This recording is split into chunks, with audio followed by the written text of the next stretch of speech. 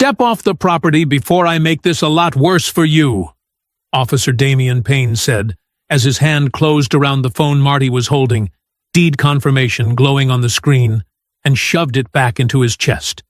Marty Webster remained silent, back straight, and face unreadable as Payne brought the cuffs into view and closed it around his wrists. Payne steered him toward the patrol car with a hand on his shoulder. Not rough enough to be a shove, just enough to make the point. What Damian Payne didn't know was that, soon enough, he would be required by law to call this man Chief. Before continuing, comment where in the world you are watching from and make sure to subscribe because tomorrow's story is one you can't miss. The gutters needed work. Marty Webster stood in his driveway and stared at the left side of the roofline, coffee thermos warm in his hand, the early morning air cool against his face. A small sag, maybe 6 inches of the metal channel pulling away from the fascia board. Nothing serious. Nothing he couldn't fix on a Saturday afternoon with the right ladder and an hour to spare. He made a mental note and took a slow sip of coffee.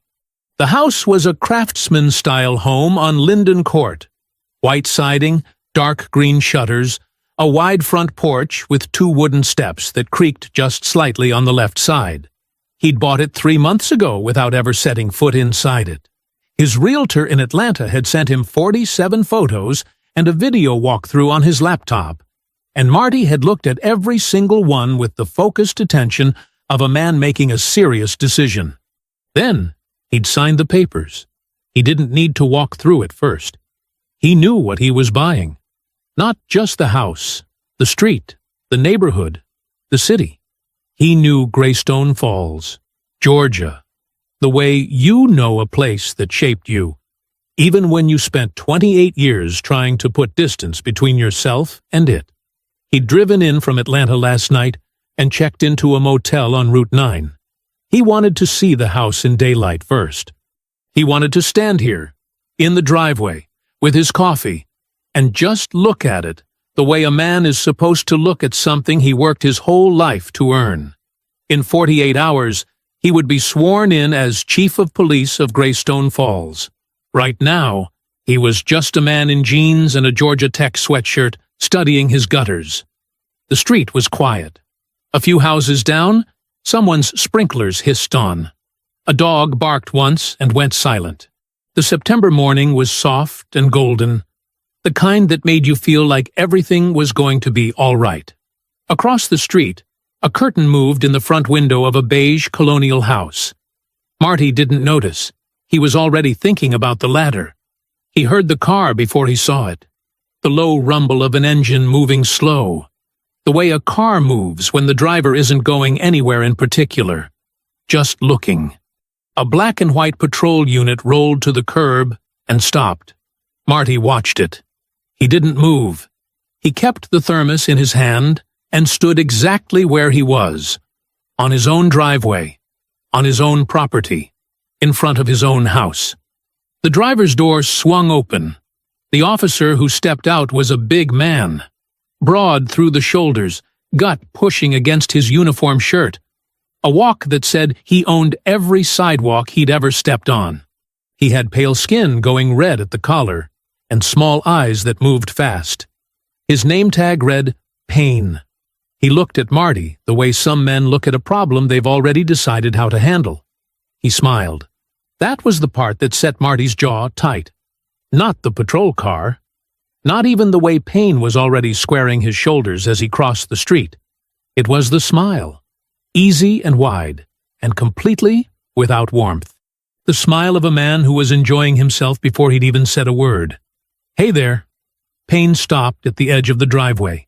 He didn't step onto it. Not yet. What are we doing here this morning? Marty looked at him steadily. Drinking my coffee. Payne's smile didn't move. Mm-hmm. And whose house is this? Mine. Payne tilted his head. Slow. Theatrical. Like Marty had just said something genuinely funny. He looked at the house, then back at Marty, then at the house again. That right? That's right. You got some ID on you? Marty had 47 years of practice keeping his voice level in moments that didn't deserve level. His pulse hadn't changed. His hands were steady. He reached slowly into the back pocket of his jeans, deliberately, carefully, because he knew exactly how this kind of moment could go, and produced his Georgia driver's license. Payne took it, looked at it. His eyebrows went up just slightly. "Atlanta?" He said it like an accusation. "Long way from home. I live here now." Payne handed the license back without looking at Marty. He was already reaching for his radio. "Gonna need you to step back from the property, sir," he said, "while we get this sorted out." Marty didn't move right away. He looked at Payne, at the easy certainty on the man's face, at the way he was already done listening, and felt something old and familiar settle in his chest. Not yet, he told himself. Not here. Not like this. He stepped back. 2 more patrol cars turned onto Linden Court. Marty counted them the way he'd been trained to count things. Fast, quiet, automatic. 2 units. That meant at least 2 more officers, for one man standing in a driveway with a coffee thermos. The cars pulled to the curb on either side of Payne's unit, boxing in the front of the property. Doors opened. 3 officers stepped out, hands loose at their sides, spreading into a loose half-circle at the edge of the lawn. One of them, a young woman, maybe late 20s, dark uniform, locks pulled back tight, stopped near the second car and didn't advance. She stood still and watched. Her face was unreadable, but her eyes were moving over everything. Payne hadn't stopped smiling. "You said this property is yours," he said, walking back across the street toward Marty. Slow, unhurried, like he had all the time in the world. "Then you won't mind showing me something more than a driver's license." "I have the deed confirmation on my phone," Marty said. "Let's see it." Marty reached into his front pocket, unlocked his phone, pulled up the email from his realtor, the one with the signed purchase agreement, his full name, and the Linden Court address printed clearly at the top. He held the screen out toward Payne. Payne leaned forward, squinted at it, then leaned back. He didn't take the phone, didn't touch it, just looked at it long enough to make a point, and then looked away, like it hadn't told him anything he felt like acknowledging. "That's an Atlanta address on your license," he said again. "I just moved." "Uh-huh." Payne rocked back on his heels. "See, what happened is, we got a call. Concerned neighbor. Says there's someone on this property who doesn't belong here." He gestured vaguely toward the house like it was evidence. "Now, I'm not saying you're lying. I'm just saying I got a job to do. You've seen my ID. You've seen the deed. I've seen a screenshot on a phone." Payne's voice stayed friendly. That was the worst part, how friendly it stayed. "Could be anything. I can't verify that standing in somebody's driveway. It's my driveway." Payne's smile tightened at the corners. "Just slightly. Just enough. Sir, I'm going to need you to lower your voice." Marty hadn't raised his voice, not even close. His tone had been flat, and even the entire time. They both knew it. The 3 officers on the lawn knew it. The young woman by the second car, she knew it too. Marty could see it in the careful way she'd gone very still. He looked past Payne for a moment. Across the street, the curtain in the beige colonial wasn't just shifting anymore. The front door was open.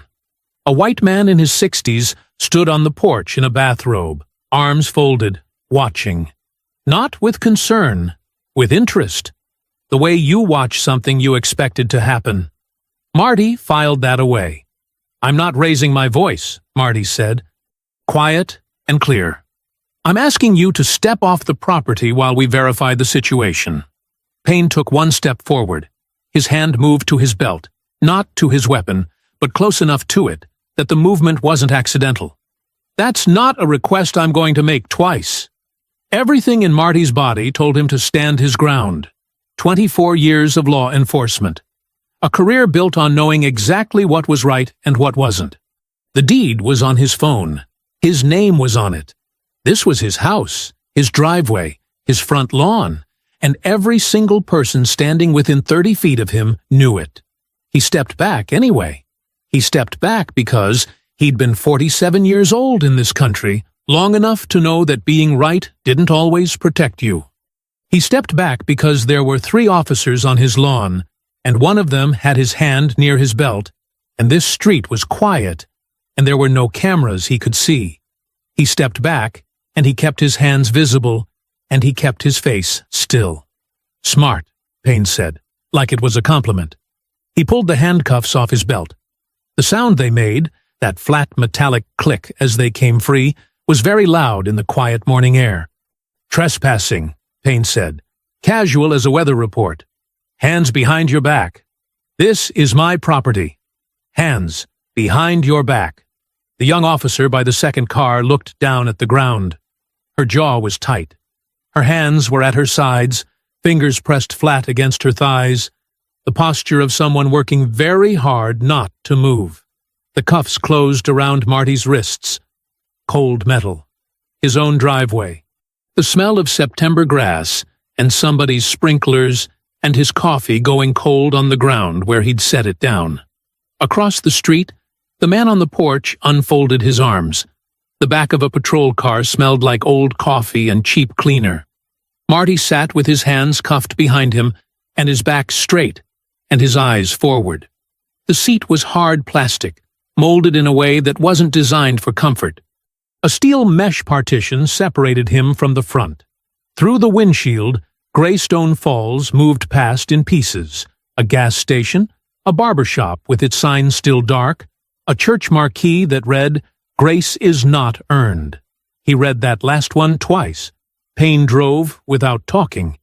He had the radio going low, dispatch chatter, routine stuff, and one hand on the wheel and the easy posture of a man running an errand.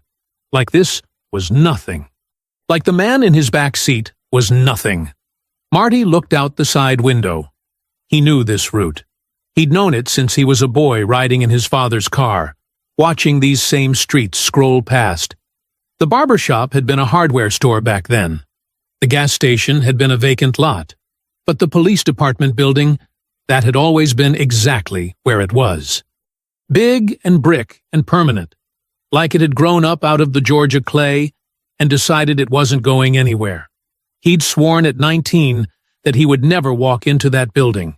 He was 47 now. The patrol car turned into the lot. Inside, the precinct was running its normal Saturday morning routine. A desk officer typed something slowly with 2 fingers. A pair of officers in the break room doorway argued about football. Phones rang and were answered and rang again. The overhead lights were the harsh white kind that made everyone look tired.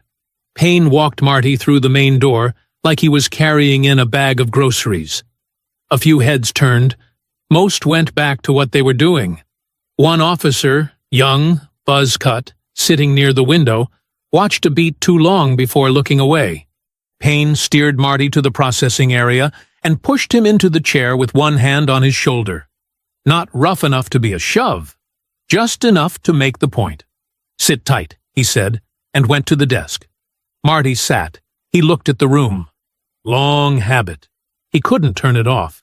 The layout, the sight lines, the informal geography of who sat where and why. A row of filing cabinets along the far wall. One drawer not fully closed. A bulletin board thick with papers nobody had taken down in months. A water-stained ceiling tile directly above the processing desk that someone had patched badly and recently. The city seal hung on the wall across from him. The eagle, the shield, the Latin motto underneath that he'd never been close enough to read clearly. He read it now. Veritas et Justitia. Truth and justice. He looked at it for a long moment. Then he shifted in the chair, feeling the cuffs bite into his wrists behind his back, and looked at the seal again. Payne was at the desk, filling out the citation with the deliberate slowness of a man who wasn't in any hurry. He chatted with the desk officer about something. Marty couldn't hear the words, just the low back and forth of 2 people being casual. Payne laughed at something. A real laugh, easy and loose. From near the door, Deja Brooks hadn't moved. She'd followed the unit back to the precinct and come inside, and now she stood near the entrance with her hat in her hands, turning it in slow circles. She was watching Marty, the way you watch something that doesn't add up. He could feel it without looking directly at her. That particular quality of attention, sharp and trying to figure something out. He knew that look. He'd worn it himself 24 years ago, standing in rooms that didn't make sense yet. She was young. Smart, probably. Careful. Definitely. The way she'd stood on that lawn, hands flat at her sides, jaw set, going nowhere, told him she understood exactly what was happening, and exactly how much room she had to do anything about it. Not much. Not yet. Payne set down his pen and stretched his arms over his head with a groan, like a man finishing a satisfying task. Almost done, he called over, like Marty had asked. Marty said nothing. He kept his back straight, and his breathing slow, and his face completely still. 47 years of keeping things inside had given him that, at least. He was very good at keeping things inside. The precinct hummed around him. The SEAL watched him from the wall. Somewhere in the building, a door opened and footsteps crossed the floor. Then they stopped. Marty didn't look up right away. But the quality of the silence had changed. Something in the room had shifted. Subtle. Like a barometric drop before a storm. He could feel it. He looked up. A woman stood near the hallway entrance, a coffee cup in her hand. Going nowhere. She was staring directly at him. Sheena Orland did not move. She stood at the edge of the hallway with her coffee cup at her side, and her eyes locked on the man in the processing chair. Her brain was doing the thing it did when two pieces of information crashed into each other, running the comparison fast, checking it twice, refusing to accept the answer until it had no choice. She had seen that face 11 times in the past 6 weeks. In the mayor's briefing packet. In the official press release she had helped draft. In the framed 8x10 photograph that arrived from the mayor's office last Tuesday, still leaning against the wall in the lobby because nobody had gotten around to hanging it yet. She knew the exact set of those shoulders. The straight-backed posture. The particular stillness of a man who was very good at waiting. The man sitting in handcuffs in her processing room was Marty Elijah Webster, the new chief of police of Greystone Falls. Sheena set her coffee cup down on the nearest desk. She set it down with the careful, deliberate precision of someone who needed both hands free and needed to do something with the fury rising behind her eyes before she used it in the wrong direction. She crossed the room toward Payne. He was at the desk, still filling out the citation, pen moving slow. Relaxed, satisfied with himself the way he always was after he'd handled something. He looked up when her shadow fell across the paperwork and gave her the easy grin he gave everyone. "Morning, Sheena. You see the game last? Damien." Her voice was low and flat. "Step over here." Something in her tone pulled the grin sideways. He set his pen down and came around the side of the desk, dropping his voice to match hers. "What's the problem?" Sheena didn't answer right away. She looked at Marty in the processing chair. Then she looked back at Payne. When she spoke, she kept it quiet enough that only he could hear. "Do you know who that man is?" Payne glanced over his shoulder. "Yeah, trespasser I picked up on Linden Court. Got a call from—" "That is Marty Webster, Damien." Payne blinked. "Who?" Sheena's jaw tightened. "The name doesn't ring a bell for you?" "At all?" "Should it?" "It absolutely should." She took one step closer.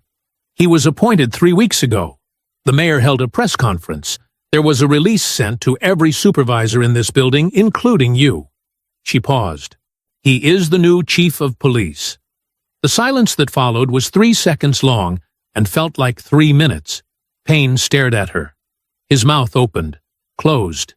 He turned and looked at Marty again. Really looked this time, not the dismissive glance of a man who'd already made up his mind. Marty sat straight in the processing chair, wrists cuffed behind him, looking at the city seal on the wall like he had nowhere else to be. Payne turned back to Sheena, and she watched it happen. The exact moment the full weight of what he'd done landed on him. The color pulled out of his face all at once. not slowly. Fast. No, he shook his head. That can't be. It is. He didn't say anything. Why would he have to? Sheena's voice was still low, but there was something sharp underneath it now, something she was working to keep contained. You had his ID. You had his deed confirmation. You put him in handcuffs in his own driveway and drove him here in the back of your unit, and you are standing here right now telling me he didn't say enough? Payne's mouth worked silently for a moment. I got a call. Manford called it in. Said there was I was just following up on a... Stop talking. Sheena said it quietly. Quietly enough that it cut right through him. She held his gaze for a long moment, making sure he understood exactly where he stood. Then she turned and walked to Marty. Near the door, Deja Brooks hadn't moved. She'd watched every second of it. Payne's confidence, Sheena's approach, the words she couldn't fully hear but could read completely in the way Payne's face collapsed. She saw the fear move into his eyes and grip there. Sheena crouched slightly, reached behind Marty, and unlocked the cuffs herself. The metal came free. She straightened and stepped back to give him room. Marty rolled his wrists once, stood up from the chair. Chief Webster, Sheena said. Clearly, not quietly, clearly, so every person in that room heard it. I am deeply sorry. This should never have happened. The title landed like a stone dropped into still water. Chief Webster. Deja's lips parted slightly. The desk officer's hands came off his keyboard. The buzz-cut officer near the window straightened in his chair. Marty looked at Payne. 3 seconds.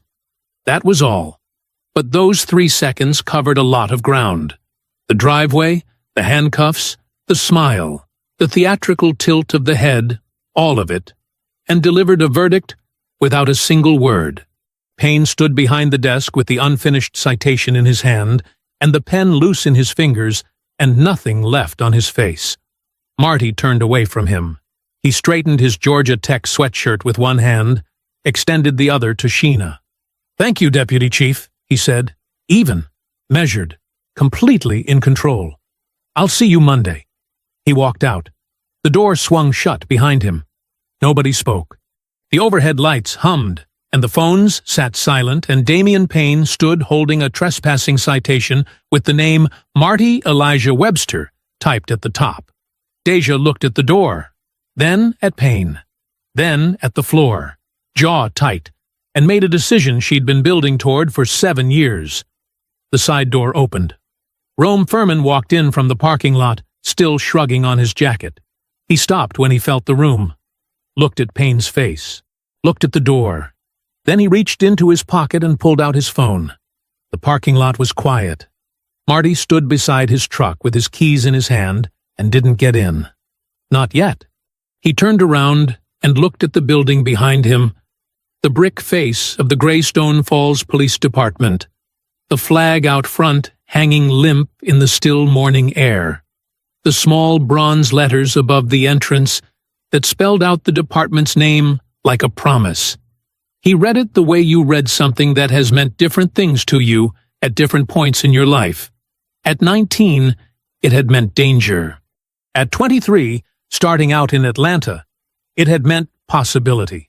Right now, standing in this parking lot with the indentations from the handcuffs still faint on his wrists, he wasn't sure what it meant yet. He was still deciding when he heard footsteps behind him. He turned. Deja Brooks was moving across the parking lot toward him, out of uniform. She'd changed fast. Jeans, a gray pullover, hair still pulled back the same way. She was walking with purpose, but her eyes were doing something complicated, scared, and certain at the same time.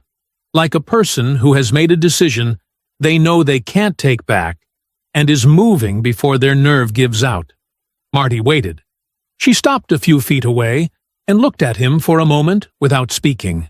Up close, she looked younger than she had on the lawn, and more tired. The kind of tired that doesn't come from one bad morning. I need to show you something, she said. She held out her phone. Marty took it. It was a group chat. The name at the top was something sports-related, harmless-looking, the kind of name that wouldn't mean anything to anyone who didn't already know. 22 members. The message history went back 4 weeks. He started reading. The first few messages were coded. Jokes that weren't quite jokes. References that needed context to understand, but landed hard once you had it. Someone asking if the new management situation had been looked into. Someone else responding with a laughing emoji and a comment about how some people needed to learn how things worked in Greystone Falls before they started thinking they could change them. Then it got less coded. By the second week, they weren't bothering to disguise it much at all. There were comments about the appointment that made Marty's jaw tighten. There was coordination, who was working which shifts, which routes, which neighborhoods. There were names. There was a discussion about Gregory Manford that was friendly and familiar, like talking about an old teammate. And then, near the top of the thread, sent at 6:47 that morning, Manford is ready. Blue House on Linden. New arrival expected 8 to 10 a.m. Rome Furman's name was on it. Marty read it twice. Then he read it a third time, slowly, making sure he was seeing exactly what he was seeing. He handed the phone back to Deja. "How long have you been on this force?" he asked. 7 years. He nodded once. 7 years is long enough, he said. Long enough to know the difference between a bad day and a bad department. He looked at her steadily. "Which is this?" Deja looked down at her phone. Her thumb moved across the screen. When she looked back up, her expression had settled into something resolved. The look of someone who has been standing at a door for a long time and has finally pushed it open. "I've known for a while," she said quietly. I didn't know what to do with it." "You're doing it now." She didn't answer that. Instead, she turned the phone toward him. The chat open, the screenshot function pulled up. She sent it. His phone buzzed in his jacket pocket. "Thank you," Marty said. She nodded. She looked like she wanted to say something else. Instead, she just looked at him. This man who'd been in handcuffs in his own driveway 2 hours ago and was now standing in a parking lot absorbing the fact that it had been planned. And whatever she saw in his face seemed to settle something in her. She turned and walked back toward the building. Marty watched her go. Then he got in his truck. Dunbar Street looked the same as it always had. Same narrow sidewalks, same oak trees with roots that pushed up through the concrete, same modest houses set close together, like neighbors who'd long ago decided to stop pretending they had more space than they did. Marty parked at the curb and walked up the front path. The door opened before he reached the porch. Irwin Webster stood in the doorway, 70 years old, still broad through the shoulders, a dish towel over one arm, and reading glasses pushed up on his forehead. He looked at his son's face, not at his clothes or his posture or the truck at the curb. At his face. He stepped aside. "Come in and sit down," Irwin said. "I'll make coffee. Then you tell me what they did." The suit was charcoal gray. Marty had bought it in Atlanta 3 months ago, the same week he signed the papers on the Linden courthouse. He'd stood in the fitting room of a shop on Peachtree Street and looked at himself in the three-way mirror for a long time. Not admiring it, just making sure it fit the way it needed to fit. The way a uniform fits, not just on the body, but on the person wearing it.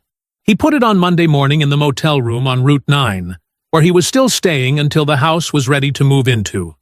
He knotted his tie in the bathroom mirror, checked his watch, left at 7:15. The swearing-in was held in the precinct's main conference room at 9 o'clock. Marty had asked for small. No ceremony, no reception, no cameras, except the local paper's photographer who stood near the back wall and mostly stayed out of the way. Mayor Prim Hansen was there in a navy blazer, her silver hair pinned back, her handshake firm and her eyes direct. The look of a woman who made difficult decisions and lived with them. Sheena Orlin stood to the left, in full dress uniform, hands clasped in front of her. A handful of community members filled the chairs, a pastor Marty didn't know yet, 2 business owners, a woman from the neighborhood association who had driven 40 minutes to be there. The room was plain, folding chairs and a conference table pushed to the wall, and a podium that wobbled slightly on the left side. Marty stood straight at the front of it and raised his right hand and listened to the words of the oath. He had taken oaths before. He knew what they cost. He meant every word. When it was done, and the mayor shook his hand, and the small crowd applauded, Marty stepped to the podium and spoke for 4 minutes without notes. He used the word accountability 4 times. He used restoration twice. He had considered the word change and set it aside deliberately. Change was a promise, vague and easy to make. Restoration was a debt. It implied something had been taken. It implied he knew what it was and intended to return it. Several people in the room heard the difference. He could see it in their faces. He thanked them for coming. He kept it short. There was work to do. He walked into the precinct as Chief of Police of Greystone Falls at 9:47 in the morning. The building shifted when he entered. Not loudly. There was no commotion, no confrontation. Just a change in the air, the way a room changes when someone walks in, who everyone has been waiting for and nobody is ready to see. Conversations shortened. Movements slowed. Heads turned and then turned away, and then turned back. Marty walked through it without breaking stride. He catalogued everything the way he always catalogued everything. Automatically, completely, the habit of 24 years. Who met his eye and held it? Who looked away first? Who smiled too wide, too fast, with too many teeth? He noted the arrangement of desks and who sat where and what that said about the informal power running underneath the official structure of the place. The file room door was slightly ajar. Someone had been in there this morning. He noted it. Rome Furman was standing near the far wall with 2 other officers, coffee cup in hand. When Marty's eyes moved across him, Fermin smiled, wide and confident and completely unbothered. The smile of a man who was not afraid, who had no intention of being afraid, who wanted Marty to know it. Of everything in that room, that smile was the most concerning thing. Marty kept walking. His office was at the end of the main corridor. His name was already on the door. A small placard, black letters on white, slid into the metal holder. He stood in the doorway for a moment and looked at the room. A desk, 2 chairs, a window that looked out onto the parking lot, the city seal hanging on the wall above the filing cabinet. He went in, sat down, opened the top desk drawer. The photograph was still there. He'd put it there Friday afternoon, before the ceremony, before any of it. A photograph he had carried for 28 years in his wallet, until the leather wore through around it, and he'd had to put it somewhere else. Marty, at 19, standing outside this building on a summer afternoon, thin and young, and looking at the camera with an expression that was trying to be harder than it was. He looked at it for a long moment. Then he closed the drawer. He pulled the personnel review request form from the top of the stack on his desk, uncapped his pen, and began to write. The files weren't there. Marty had submitted the personnel review request Monday afternoon. Formal, properly roted. Every box filled in correctly. By Tuesday morning, the records clerk, a heavy-set man named Dooley, who spoke mostly in shrugs, told him the system was showing incomplete entries for the files he'd requested. Some kind of administrative backlog. He'd look into it. Wednesday, Marty asked again. Dooley shrugged again, still working on it. Thursday, Marty walked to the file room himself. He stood at the cabinet along the back wall and looked at the tabs. The case numbers were there. 3 formal complaints against Damien Payne, logged and numbered and indexed in the system. The folders behind the tabs were empty. He stood there for a moment with an empty folder in his hand. Then he put it back, closed the drawer, and walked to his office. He was learning the shape of it. That was how corruption worked, in his experience. It didn't announce itself. It revealed itself in layers, each one a little worse than the last, each one requiring you to adjust your understanding of how bad things actually were. You pulled on one thread, and 2 more appeared. You opened one drawer and found it empty, and understood that the emptiness wasn't an accident. Someone had removed those files. Not recently. The dust pattern inside the folders said they'd been gone for months. 3 complaints against Payne. 3 case numbers leading nowhere. Whatever those complaints contained, someone had decided a long time ago that they shouldn't be easy to find. Marty wrote down the case numbers and locked the paper in his desk. The story broke Thursday evening. Marty was still in his office when Sheena knocked and came in without waiting, which told him, before she said a word, that it was something he needed to see immediately. She set her phone on his desk, screen up. Greystone Insider. Local news website, the kind that looked like journalism and operated like a message board for people with agendas. The headline was large and deliberately crafted. New police chief detained by own officers on day of arrival. Questions raised about vetting process. Marty read it. He read it the way he read everything. Carefully, completely, noting not just what it said, but how it said it. The story opened with 3 paragraphs of vague concern about community uncertainty before naming him. It described the Saturday morning incident as a confrontational situation that Marty had created by arriving unannounced and without proper coordination with department staff. It quoted an unnamed source described as a senior department official who expressed worry about the new chief's judgment and temperament. It did not quote Payne by name. It did not mention handcuffs. It did not mention Gregory Manford's phone call to dispatch. It had been carefully written to be almost impossible to directly refute without sounding defensive. Marty set the phone down on the desk and was quiet for a moment. "Who runs this publication?" he asked. "Former deputy mayor," Sheena said. "Name's Cavill. He and the previous chief played golf together every other Sunday for 12 years. Marty nodded slowly. "How far has it traveled?" "Regional news aggregators picked it up this afternoon. There's a television station in Macon that ran a 30-second item on the evening news." He leaned back in his chair. The window behind him showed the parking lot going dark in the early evening, the last few cars pulling out. He thought about the empty file folders. He thought about Fermin's smile on Monday morning. He thought about the way this building had gone quiet when he walked in. Not the quiet of respect, but the quiet of people waiting to see what happened next. They had been ready for him. That was the thing.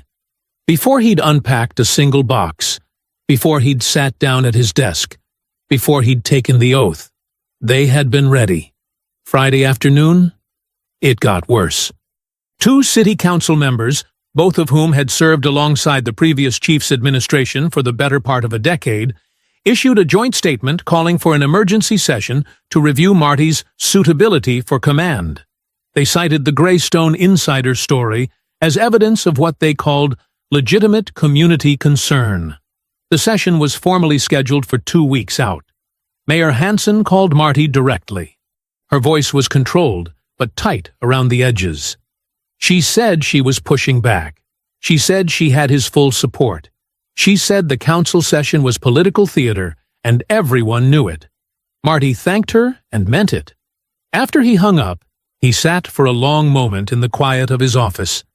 Then he picked up the phone and called Sheena.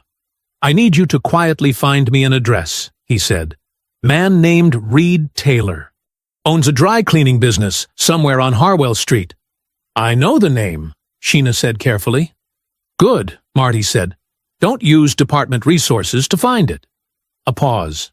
"Understood," she said. He hung up. Outside his window, Greystone Falls settled into its Friday night. Somewhere out there, in a building with his name on the door, Rome Furman was still smiling. Not for much longer. The diner was called Millie's. It sat on the corner of Route 9 and Callaway Street, a squat brick building with a hand-painted sign and 4 pickup trucks in the parking lot at 8 in the morning. The kind of place that had been there long enough to stop trying to impress anyone. Marty arrived 10 minutes early in his personal truck, in civilian clothes, and took a booth near the back where he could see both doors. He ordered coffee and waited.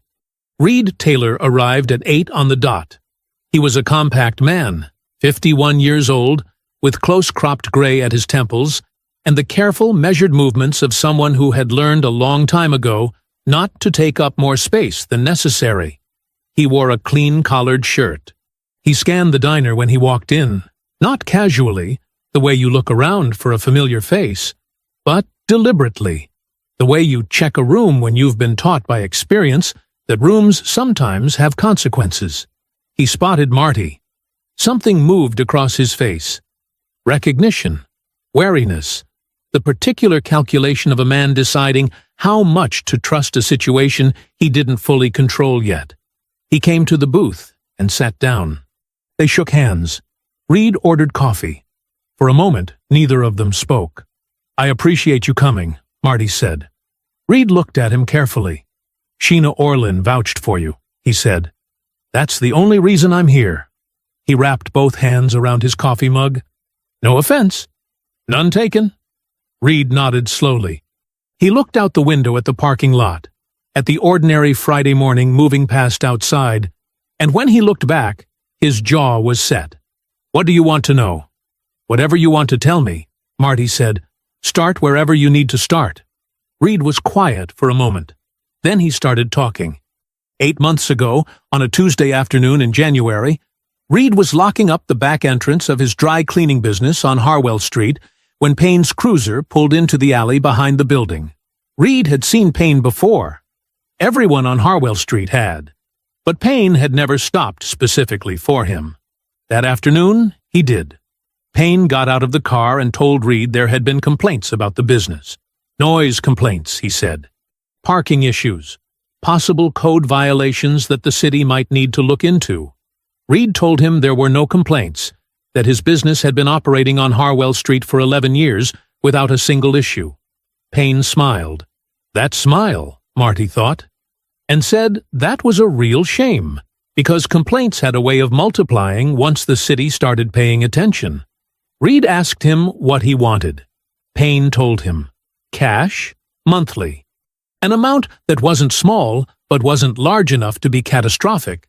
The precise calculation of a man who understood how much a person could absorb before they stopped absorbing and started fighting back. In exchange, Payne said, the business wouldn't have any problems. No complaints, no inspections, no incidents in the surrounding area that might affect foot traffic. Reed told him no. 2 days later, his front window was broken. The week after that, a city inspector arrived unannounced and cited him for 3 violations that had never been mentioned in 11 years of prior inspections. The week after that, a patrol unit sat parked directly in front of his entrance for 6 hours on a Saturday. Prime business hours, without explanation. Reed started paying. He filed a formal complaint 8 months ago, the week after the first payment. He described everything. The alley conversation, the implied threats, the broken window. He gave the desk officer his name, his business address, a detailed written statement. He never heard anything back. 6 other businesses on Harwell, Reed said. His voice was steady, but his hands had tightened around the mug. That I know of. Furman does most of the collecting now. Shows up the last Friday of every month like it's a bill. He paused. I know 2 other owners who'd talk to you. If they believed it would actually mean something this time. Marty looked at him steadily. It will mean something this time. Reed studied his face.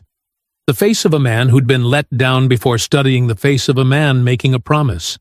Whatever he found there, it was enough. He reached into his shirt pocket and slid a phone across the table. That's a recording, he said quietly. Fermin. Last month, inside my shop. His jaw tightened. I started keeping records 6 months ago. After the complaint went nowhere. Marty looked at the phone. He didn't touch it yet. You kept this for 6 months, he said. I kept it because I knew one day somebody was going to ask for it. Reed looked out the window again. I just didn't know if that day was ever actually coming. Marty picked up the phone. It's here, he said. The notice was in her locker at 7:15 Monday morning. A single sheet of paper, folded once, her name typed on the front, in the department's standard font. Deja stood in the locker room and read it twice before she fully accepted what she was reading. Effective immediately, Officer D. Brooks was being reassigned to overnight patrol, District 7. Report time, 11 p.m. The signature at the bottom was Furman's. District 7 was 12 square miles of industrial lots and empty roads on the far western edge of the city. Overnight. Alone. The kind of assignment you gave someone when you wanted them to understand something without having to say it out loud. She folded the paper and put it in her pocket. By noon, she'd discovered the second part. She went to log into the internal communication system to check the shift briefing notes. Something she did every day, had done every day for 7 years. And her credentials came back rejected. Access removed. She tried the case management portal. Same thing. The community liaison channel she'd been added to 3 weeks ago. The one Sheena had personally approved. Gone. She was still in the building. Still in uniform. Still, technically, a functioning officer of the Greystone Falls Police Department. She just couldn't do her job anymore. She sat at her desk for a long moment, with her hands flat on the surface and her eyes forward, and worked on keeping her breathing even. Around her, the precinct moved through its Monday morning routine. Phones, paperwork, the low hum of a building that didn't know or didn't care what had just happened to her in the locker room. Or it knew exactly what had happened and had decided not to see it. She gathered her things and walked down the corridor to Marty's office. She knocked twice and went in. Marty was at his desk with a folder open in front of him. He looked up when she came in. He read her face the way she was beginning to understand. He read everything, fast and completely, taking in more than most people gave him credit for. He closed the folder. "Sit down," he said. She sat. She put the reassignment notice on his desk without saying anything. He picked it up, read it, set it back down. His expression didn't change. Not because he wasn't feeling anything. She'd learned that much about him already. But because he was very good at choosing what to show and what to keep. "The system access too?" he asked. "All of it." He nodded once. He was quiet for a moment in the particular way he got quiet. Not empty, but full. Like he was moving pieces around behind his eyes. "This is clean," he said. It wasn't a compliment. It was an assessment. On paper, it's a routine transfer. Nothing to formally reverse without giving them something to use. "I know." Her voice came out steadier than she expected. "I've watched them do it to other people. Just never thought." She stopped. "Never thought it would be you," Marty said. She looked at the window. "I've been careful for 7 years. Kept my head down. Documented nothing. Said nothing. Stayed invisible." She paused. "Turns out, that doesn't actually protect you." "No," Marty said quietly. "It doesn't." The honesty of it landed without cruelty. That was the thing about him. He didn't soften things to make you feel better, but he didn't sharpen them to make you feel worse. He just said what was true and trusted you to handle it. "Here's what I need you to do," he said. He leaned forward. "Everything you've seen in 7 years on this force that didn't sit right. Write it down. All of it. Dates, names, incidents, anything you remember. Don't use department systems. Personal device, personal email, stored somewhere they can't reach." He held her gaze. "Can you do that?" "Yes." "Good." He sat back. "You are not alone in this. I need you to hold on to that." She nodded. She believed him. Not because she was naive. She'd lost the capacity for naive a long time ago in this building, but because she'd seen what he did with the group chat screenshot. He hadn't panicked. He hadn't deflected. He'd taken it and moved. She stood to leave. "Deja," she turned. "What you did in that parking lot," he said, "showing me that chat. That took something." He paused. "Don't let them make you forget that." That evening, Marty and Sheena worked past midnight at the conference table in his office. Reed's recording. The corroborating statements from 2 additional Harwell Street business owners, both contacted through Reed, both frightened, both willing. The paper trail of the buried complaints, reconstructed from case numbers and partial records. the patrol logs showing Furman's movements on collection Fridays. By 12:30, they had it laid out across the table like a map. Sheena looked at it. "This is enough," she said. "It's enough," Marty agreed. He gathered the edges of the folder. "Get me time with the mayor Thursday morning." Sheena wrote it down. Outside, the precinct parking lot was empty and dark. Somewhere across the city, Deja Brooks was sitting at her kitchen table with her personal laptop open, typing everything she remembered. 7 years of keeping quiet, coming out one sentence at a time. The mayor's office smelled like old wood and fresh coffee. Marty set the manila folder on Prim Hansen's desk at 9 Thursday morning and sat back while she read. Sheena sat to his left, hands folded, watching the mayor's face the way you watch a person absorbing something that can't be unabsorbed. Hansen read without speaking. She was a careful reader. She went through everything twice, turning pages slowly, occasionally stopping to look at a specific line before moving on. The room was quiet except for the distant sound of the building's ventilation and a phone ringing somewhere down the hall. When she finished, she closed the folder and set her hands flat on top of it. "This is a protection racket," she said. "Yes," Marty said. "Running out of my police department. For 3 years. At minimum." Hansen looked at the folder. Then she looked at Marty. Something moved through her expression. Not surprise, exactly, but the particular weight of a thing you suspected being confirmed in writing, with names and dates attached. "This ends him," she said. They agreed on the mechanics.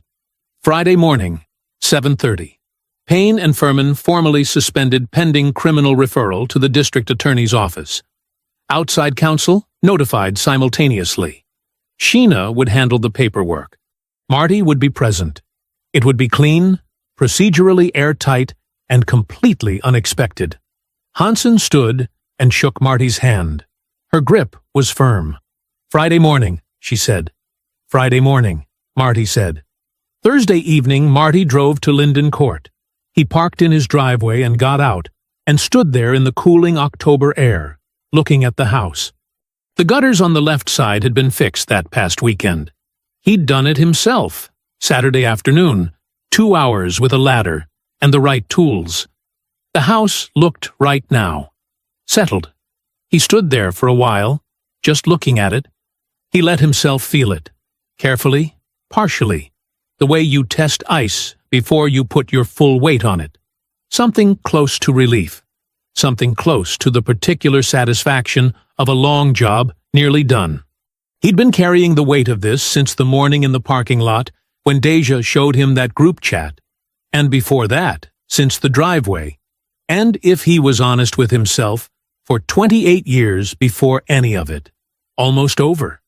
He called Irwin. His father picked up on the second ring, the television audible in the background. Marty told him it was almost done. Didn't give details, just that. Almost done. Irwin was quiet for a moment. Then he said, "Almost isn't done, son." Marty smiled. "I know. You be careful between almost and done. That's where things go wrong." "Yes, sir." He stood in the driveway a little longer after he hung up. The street was quiet. A neighbor's porch light came on down the block. Somewhere nearby, someone was cooking something that smelled like onions and garlic, and a kitchen someone lived in. He went inside. He slept well for the first time in 2 weeks. Friday, 7:15. Marty was in his office reviewing the suspension paperwork when his phone rang. The screen said, "City Attorney." He answered. The voice on the other end was careful and precise, in the way that lawyers were careful and precise when delivering news they wished they didn't have to deliver. He spoke for 4 minutes. Marty listened without interrupting.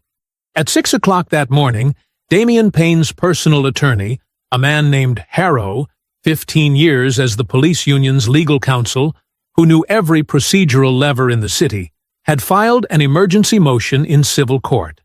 The motion alleged that Marty had fabricated evidence and orchestrated a coordinated retaliation campaign against Officer Payne stemming from personal grievance over the trespassing incident. It named Marty. It named Sheena. It named Reed Taylor. Attached to the motion was a sworn affidavit from Gregory Manford, the neighbor. Manford claimed he had been approached and pressured by a community figure acting on the new chief's behalf. At 6:45, Judge Caleb Barwick, the city attorney's voice went carefully neutral when he said the name, issued a temporary restraining order blocking any disciplinary action against Payne or his officers pending a full hearing. Marty sat very still. The city attorney was still talking. Marty heard him, but his attention had split. He was already moving pieces. At 8 o'clock, his desk phone rang. It was Sheena. Her voice was controlled and tight. Deja Brooks had been formally suspended. A use of force report had been found in her locker, bearing what appeared to be her signature. It documented an incident she had never been involved in. The document had her name on it and her badge number and a date from 8 months ago. It had been planted. They both knew it. It didn't matter. The suspension was procedurally airtight. Marty hung up. He sat in his office, the one with his name on the door, and looked at the city seal on the wall above the filing cabinet. Veritas et Justitia. Truth and justice. He looked at it for a long time. Then he opened the desk drawer. He looked at the photograph. 19 years old, standing outside this building. The whole future still undecided. He closed the drawer. He picked up his phone and dialed a number he hadn't called in 4 years. It rang twice. Landrum, the voice said. Marty closed his eyes for 1 second. Then he opened them. Vera, he said. It's Marty Webster. I need to talk to you. Vera Landrum did not sound surprised. That was the first thing Marty noticed. No sharp intake of breath, no pause while she recalibrated. Just her voice, steady and unhurried, like a woman who had been half expecting this call and had decided to let it come to her on its own schedule. Marty Webster, she said. It's been 4 years. It has. You're in Greystone Falls now. I heard. Of course she had. Vera Landrum heard things. It was the quality that had made her exceptional on the joint task force they'd worked together 15 years ago. A federal investigation into a corrections facility in South Georgia that had ended with 11 indictments and a complete restructuring of the facility's command. She'd been meticulous and patient and 2 steps ahead of everyone in the room at all times. Marty had trusted her then. He trusted her now. I need to tell you some things, he said. Go ahead. He talked for 12 minutes. He laid it out in the precise, sequenced way he'd been trained to present information. The protection racket, Reed Taylor, the buried complaints, the recording, the 2 corroborating witnesses, the coordinated group chat, the engineered arrest. Then the counterattack, Harrow's motion, Manford's affidavit, Judge Barwick and the restraining order, Deja's suspension, and the planted document. When he finished, the line was quiet for a moment. The TRO is Barwick, Vera said, not a question. Yes. Caleb Barwick has had lunch with Damian Payne on the 3rd Thursday of every month for 11 years, she said. We know that because we've been watching Greystone Falls PD for 8 months. Marty went still. An anonymous tip, Vera continued. Retired officer, moved to Florida, found his conscience about 18 months too late, but found it. He told us about Harwell Street. A pause. We've been building a federal case, Marty. Hobbs Act, RICO. We have financial records going back 30 months. Phone intercepts. 2 cooperating witnesses inside the operation. Neither of them Reed Taylor. Marty leaned forward in his chair. Outside his office window, the parking lot sat empty and gray in the Friday afternoon light. He kept his voice level. How far along is the case? Far enough, she said. We were planning to move in 30 days, waiting on the last piece of the financial trail. Another pause. Your evidence, the recording, the corroborating statements, the complaint paper trail. That's not the foundation of what we have. It's the capstone. We built the house. You just handed us the roof. Marty was quiet for a moment. He was doing the math. The TRO blocked departmental action. It said nothing about the Federal Bureau of Investigation, Payne's lawsuit, Furman's planted document, Deja's suspension, all of it executed to stop Marty from moving against them inside the department. None of them had stopped to consider that the department wasn't the only entity with jurisdiction. Or they had considered it, and decided they were untouchable. They were wrong. The motion Harrow filed this morning, Marty said. The planted evidence. Deja's suspension. Obstruction of justice, Vera said. Witness tampering. Conspiracy to deprive a federal witness of civil rights. He could hear her writing. Every move they made to protect themselves today added charges to an indictment that was already being drafted. A brief pause. They handed us more than you did, honestly. Vera. He kept his voice even. I need to ask you something directly. Ask it. You said 30 days. I'm asking if it can be Monday. The line was quiet for 4 seconds. Marty counted them. I'll need the weekend, she said. The warrants are mostly drafted. I'll need to make 2 calls and pull 1 more document. Another pause. Monday works. 7:15. I'll have everyone in the building by 7:30. Good. Her voice shifted slightly. Not warmer exactly, but more direct.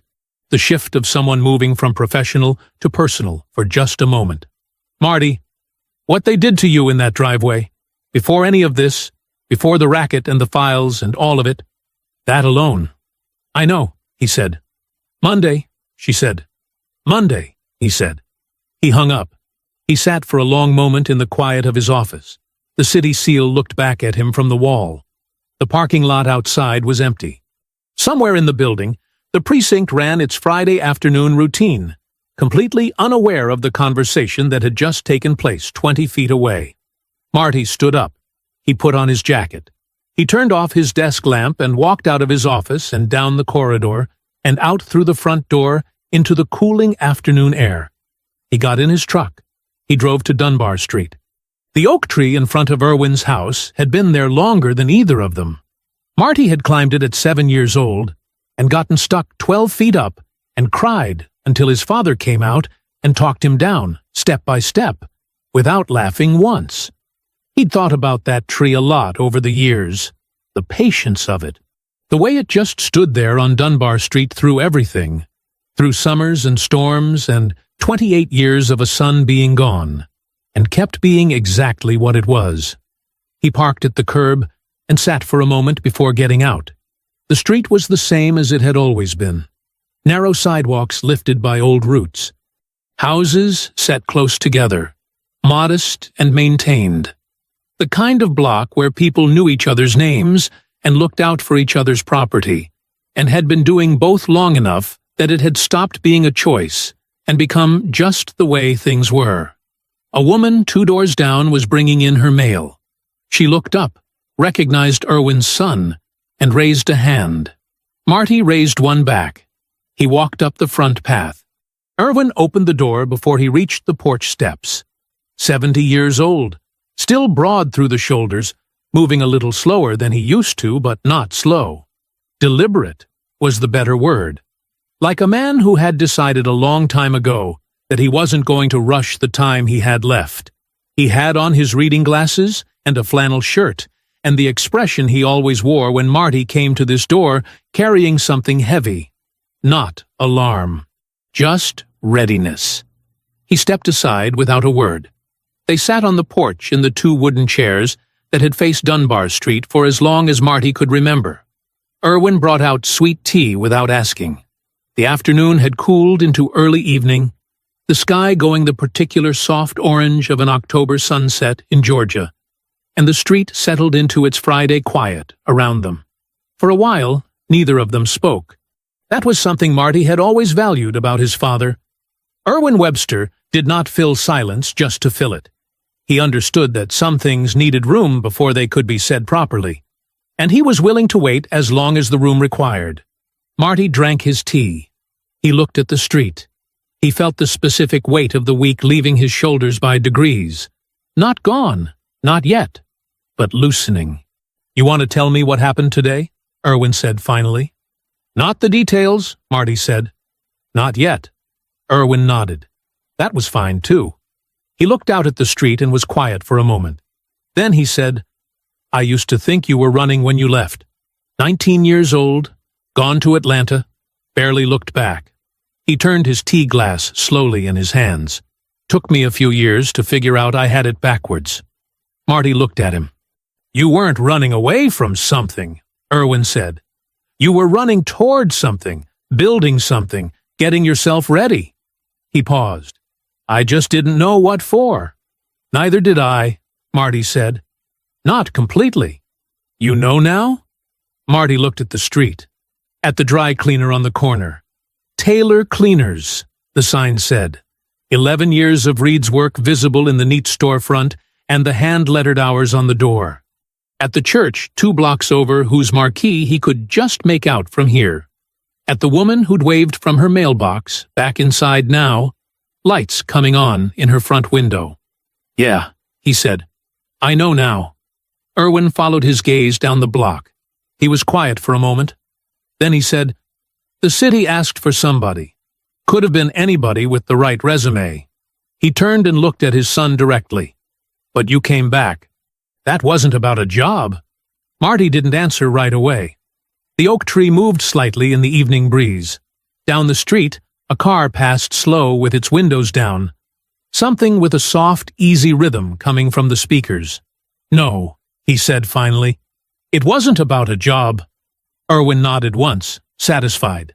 He leaned back in his chair and drank his tea and looked at his street. The street he had lived on for 40 years. The street he had raised his son on. The street he had stayed on, when staying was the harder choice. With the quiet contentment of a man who had always known exactly where he belonged. They sat until the street lamps came on. Then Marty drove back to Linden Court.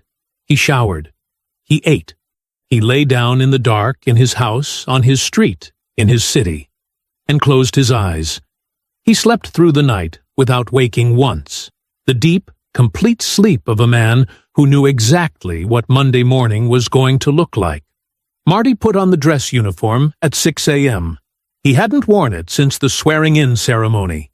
It had been hanging in the closet at Linden Court in its dry-cleaning bag, pressed and waiting. He took it out and laid it on the bed and looked at it for a moment before he put it on. The dark fabric, the brass buttons, the badge catching the early light from the window.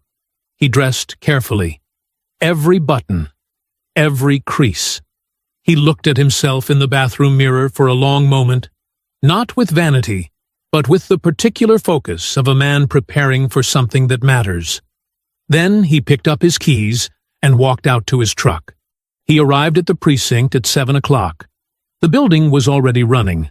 The overnight shift finishing up, the early arrivals trickling in, the parking lot filling in its usual, slow Monday morning way. Marty walked through the front door and went directly to the main desk and told the duty officer to send word through every channel. Mandatory all-hands formation. Main hall, 7:30. Every officer on every shift. No exceptions.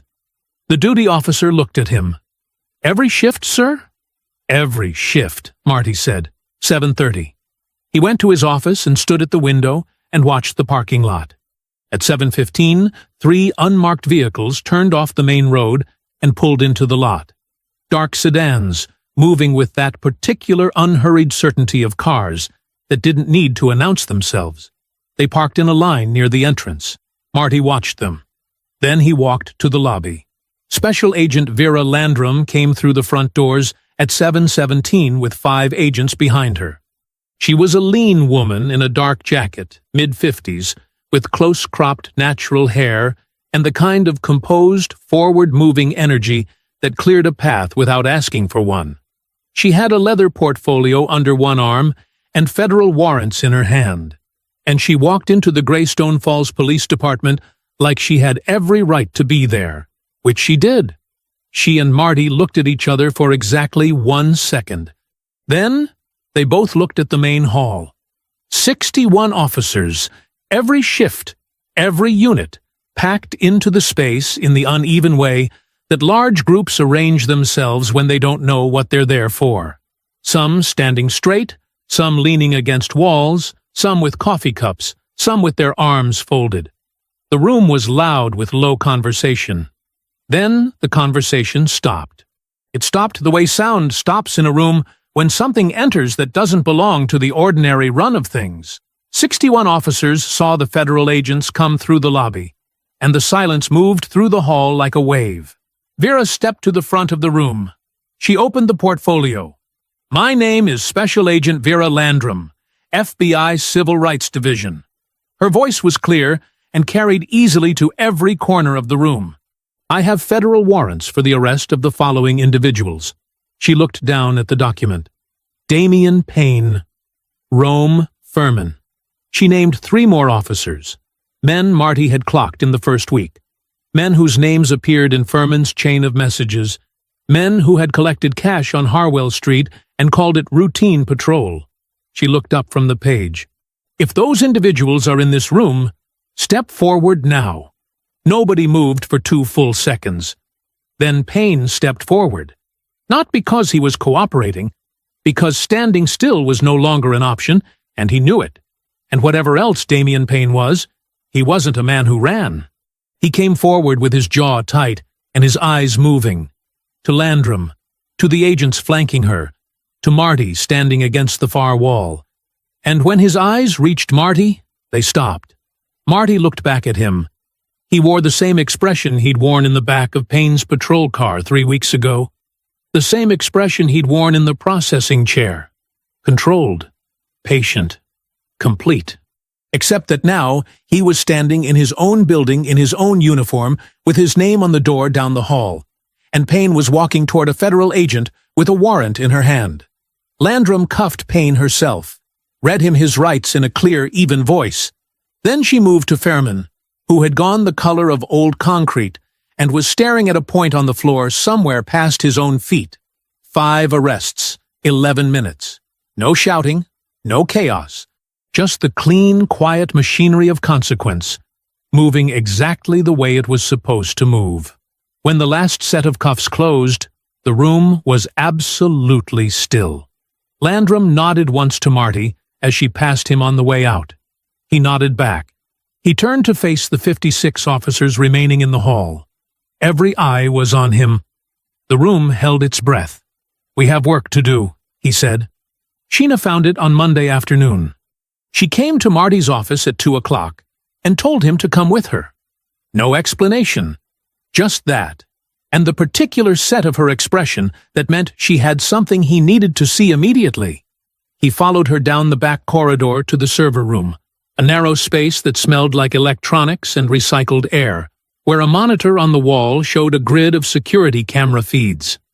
Sheena pulled up a saved file. Timestamp: the previous Friday, 5:40 a.m. The footage was grainy, a maintenance corridor camera positioned above the locker room entrance, low resolution, the kind of camera that nobody thinks to check because it's not pointed at anything that seems to matter. Sheena let it play. Rome Fermin walked into frame at 5:40 exactly. He was in civilian clothes. He moved quickly and with purpose down the corridor, pushed through the locker room door, and disappeared inside.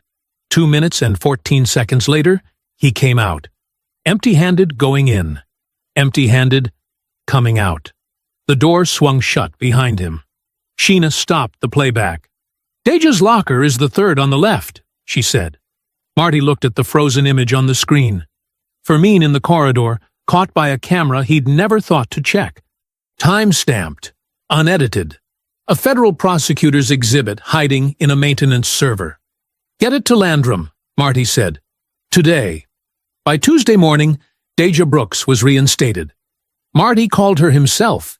She picked up on the first ring, and when he told her, the line was quiet for a moment that said everything. When she spoke, her voice was steady, but only just. "Full back pay?" she said. "Full back pay. Full reinstatement. Your access restored by end of day." Another pause. "Okay," she said. Quiet and complete. She was at her desk by noon. The dominoes fell in the order they deserved to fall. The FBI's financial records, subpoenaed from 3 separate banks, showed a series of cash deposits into an account held jointly by Judge Caleb Barwick and a real estate LLC whose other principal was Damian Payne. 11 years of transactions. They ran parallel to 11 years of favorable rulings in cases involving Payne's officers. Dismissed complaints, reduced charges, suppressed evidence. The pattern wasn't subtle once you looked directly at it. The Georgia Judicial Qualifications Commission received the referral Tuesday afternoon. By Wednesday morning, the temporary restraining order was vacated. The two city council members who had issued their joint statement calling for Marty's resignation held a press conference Wednesday afternoon. They stood at a podium outside City Hall in matching expressions of grave concern and announced their complete and unwavering support for Chief Webster, their full confidence in his leadership, and their commitment to the reform process he had initiated. One of them used the word courageous to describe Marty's handling of the situation. The local television anchor who covered the press conference live read the statement aloud on camera with the carefully neutral expression of a professional working very hard to maintain it. She did not succeed entirely. The clip was shared widely online before the broadcast was finished. That evening, 6 Harwell Street business owners, Reed Taylor among them, attended a community meeting at the church 2 blocks from Irwin's house. Marty was there. He listened more than he spoke. Reed sat in the front row with his hands folded and his jaw set, and the particular dignity of a man who had been knocked down and gotten back up and was now watching the people who knocked him down get carried out. Gregory Manford was charged Thursday morning. The FBI's records of Furman's text, sent at 6:33 a.m., the Saturday of the arrest, reading "Manford is ready. Blue House on Linden. New arrival expected 8 to 10 a.m."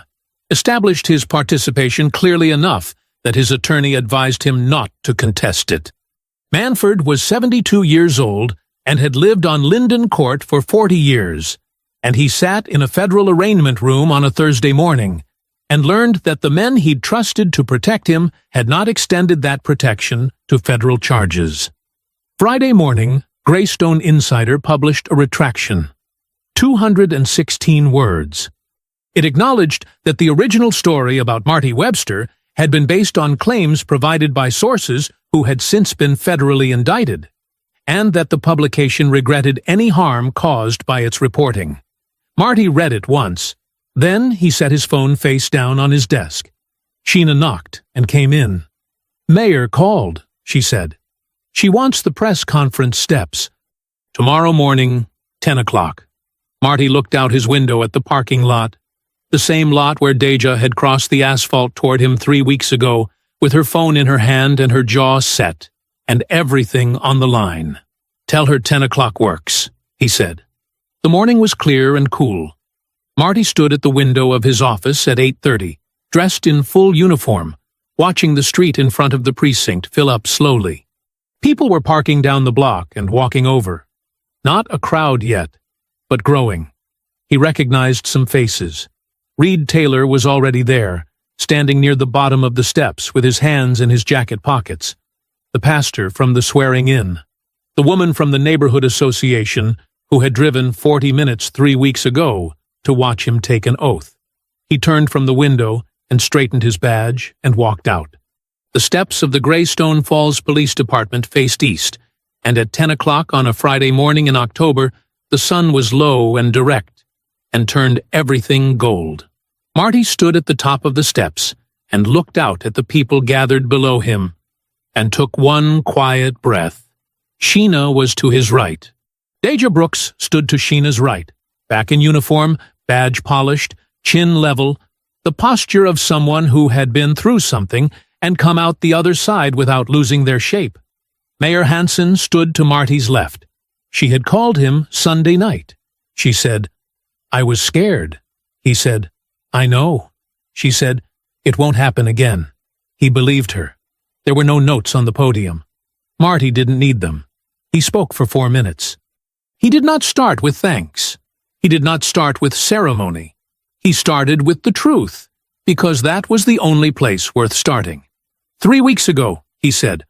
"I was handcuffed in my own driveway by an officer of this department."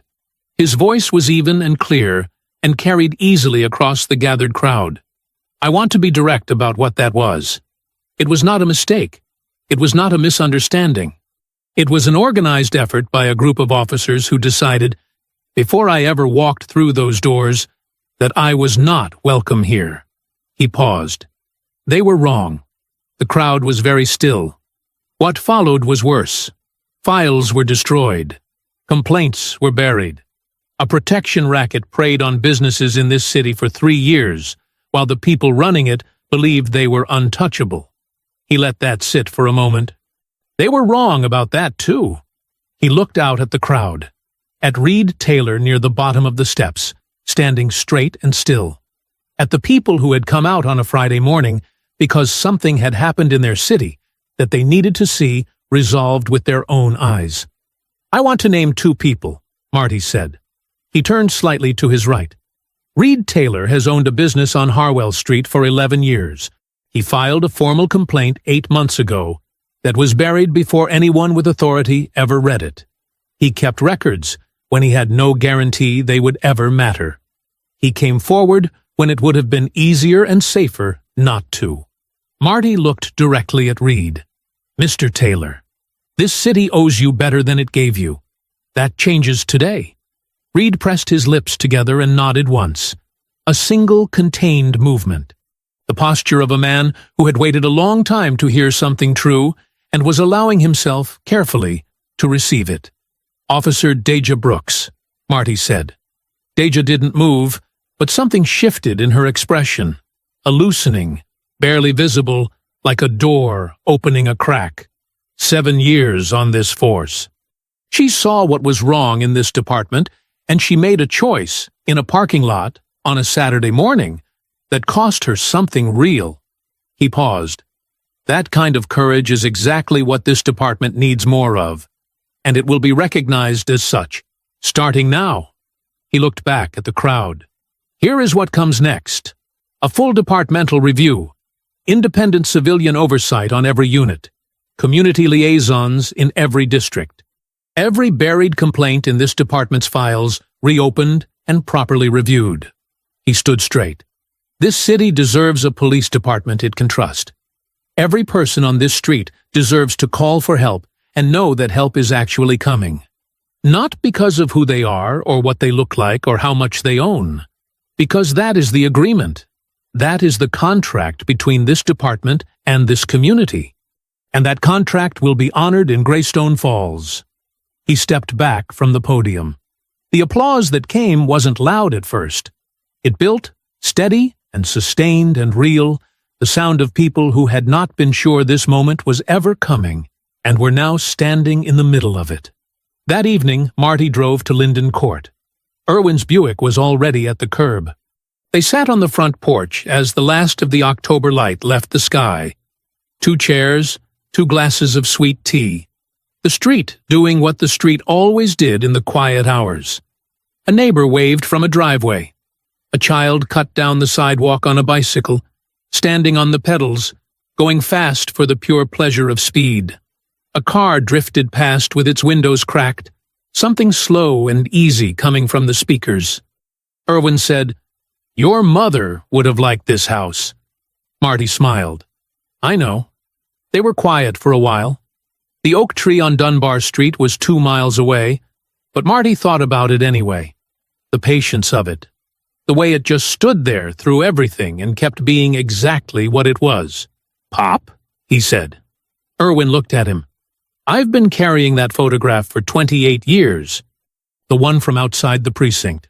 Marty looked at the street. "I took it out of my desk this morning." Irwin waited. "I don't need it anymore."